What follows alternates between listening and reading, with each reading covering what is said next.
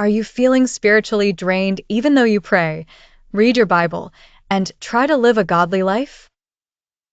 You might think the problem is external, stress, work, relationships, but often the real danger is internal, destructive habits that silently weaken your spirit. The Bible warns us about these behaviors because they quietly erode our faith and joy, and if left unchecked, they can keep us from fully experiencing God's peace.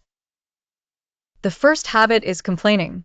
From Numbers 11:1, we see how the Israelites grumbled against God and His provision, and the Lord's anger was kindled. Complaining doesn't just express dissatisfaction, it opens the door to discontentment and invites spiritual stagnation. Philippians 2:14 encourages us to do everything without complaining, because even small murmurs against God or His timing create a pathway for discouragement. Next is comparison. We see this in Genesis 30:1 when Rachel envied her sister Leah, allowing jealousy to twist her perception of God's blessings. Comparison steals your contentment and joy, leaving you perpetually dissatisfied no matter what you have. Third is worry. Matthew 6:27 reminds us that worry cannot add a single hour to our lives, yet so many believers live as if trusting God isn't enough. Worry is proof that we are placing trust in the problem more than in the provider.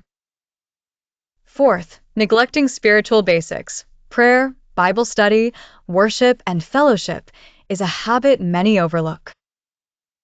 Numbers 13 tells the story of the spies who saw the promised land as impossible, focusing on the giants instead of God's promises.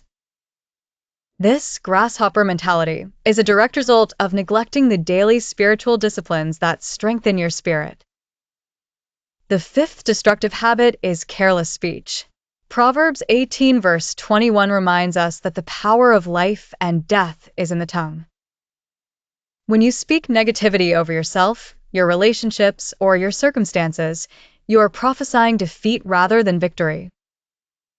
Words carry spiritual weight, shaping the reality around you and influencing your faith.